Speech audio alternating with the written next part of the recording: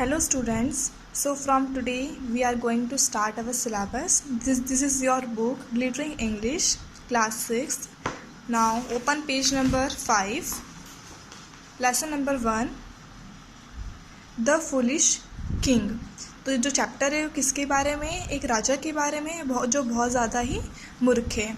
About the lesson. अब lesson के बारे में हम शॉर्ट में देखेंगे. Those who think they are the smartest are usually the biggest fools. ऐसे व्यक्ति या ऐसे लोग जो यह सोचते हैं कि हम सबसे ज़्यादा स्मार्ट है तो सबसे बड़े मूर्ख वो वही होते हैं. People who think they are wise when they are not worse than fools. जब लोग ये सोचते हैं कि हम बहुत बुद्धिमान हैं तो तब उस वक्त उनसे ज़्यादा मूर्ख व्यक्ति कोई भी नहीं होता है. Now let's start the story. Once upon a time, एक समय की बात है. देयर वॉज अ किंग, एक राजा था. हिज नेम वॉज जय कुमार, उसका नाम था जय कुमार. ही बिलीव्ड डैट, उसका यह मानना था. He was the cleverest of all the people in his kingdom, कि साम्राज्य में, किंगडम मीन्स होता है साम्राज्य, उसके पूरे साम्राज्य के लोगों में सबसे ज़्यादा इंटेलिजेंट या चतुर व्यक्ति वही है. ही वॉज कन्विंस्ड डैट, उसको अपने आप पर ये कॉन्फिडेंस था. नोबडी कुड ट्रिक हिम, कि कोई भी उसे चालाकी में हरा नहीं सकता है. एवरी डे ही डिस्प्लेड हिज की विजडम इन हिज पैलेस. रोज़ाना वो अपने पैलेस मीन्स महल होता है, तो रोज़ाना अपने महल में वो अपनी चालाकी, अपनी बुद्धिमानी लोगों को दिखाता है.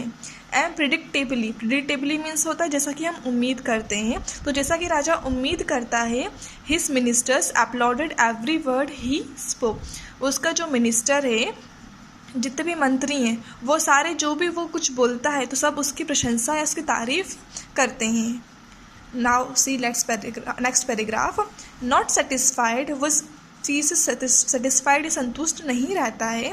The king decided to find out, राजा ये डिसाइड करता है, if there was anybody in the world who was smarter than he was, कि वह ये फाइंड आउट करेगा, ये ढूंढेगा कि इस विश्व में उससे ज़्यादा चतुर कोई व्यक्ति भी है क्या.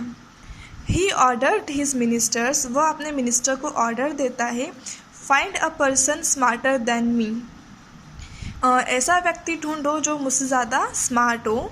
Search the world and bring a person before मी, पूरे विश्व में उस व्यक्ति की तुम खोज करो, उसे ढूंढो. And bring a person before me, और उस व्यक्ति को मेरे सामने लेकर आओ. I will test him and if I beat him he has to be my slave. राजा बोलता है कि मैं उसका टेस्ट लूँगा, और यदि, इफ़ यानी होता है यदि, और बीट मीन्स होता है मारना, लेकिन यहाँ पे और इसका मीनिंग निकल रहा है हराना. यदि मैंने उस व्यक्ति को हरा दिया, he has to be my slave, तो उससे मेरा गुलाम बनना पड़ेगा. स्लेव का मीनिंग होता है गुलाम.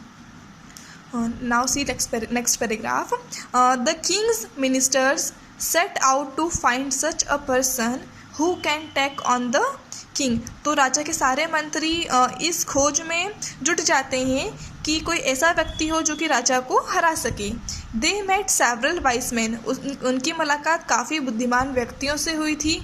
But they were smart enough to know that if you compete with the king you may end up being the slave. और उनकी मुलाकात बहुत सारे बुद्धिमान व्यक्ति से हुई, लेकिन वो लोग इतना उनको पता है, इतने स्मार्ट वो थे कि यदि कोई भी व्यक्ति राजा से कम्पीट करने जाएगा, राजा से मुकाबला करने जाएगा, तो वह गुलाम बनकर ही रह जाएगा. Therefore nobody was ready to take up the challenge, इसलिए कोई भी व्यक्ति चैलेंज लेने के लिए रेडी नहीं था. Worried over the prospect of returning to the king without any challenger. अब सभी जो मंत्री हैं वो इस बात से चिंतित थे कि हम लोग राजा के पास लौट जाएंगे बिना किसी चैलेंजर को साथ में लिए. The ministers reach the every border of the kingdom, तो जो मिनिस्टर्स हैं उनको डर लगता है कि हम कैसे जाएंगे उनके सामने बिना किसी चैलेंजर को लेकर. तो वो अपने साम्राज्य की हर एक कोई सा भी कोना छोड़ते नहीं, वो हर जगह जाके ढूंढते हैं.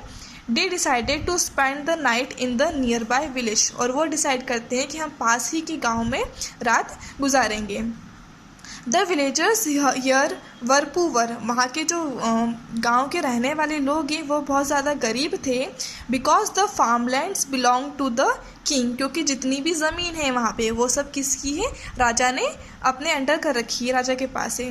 Besides he charge the villagers a hefty tax for using it, और इसके अलावा सारी ज़मीन तो राजा के पास है, इसके अलावा राजा जो है वो गांव वाला से बहुत ज़्यादा टैक्स लेता है उस ज़मीन को यूज़ करने के लिए।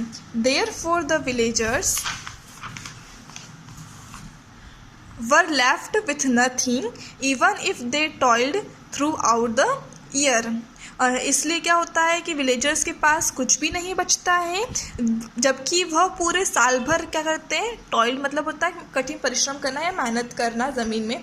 तो जब सब लोग बहुत मेहनत करते हैं खेती में भी, बट फिर भी उनके पास साल भर मेहनत करने के बाद भी कुछ भी नहीं बचता है, क्योंकि जो भी कुछ बचता है वो उन्हें टैक्स में पे करना होता है।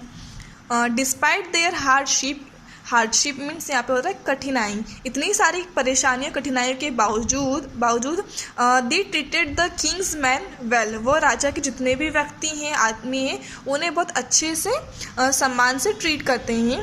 दे give them a hearty meal and entertain them around a camp fire lit in the village centre with stories, poems and riddles.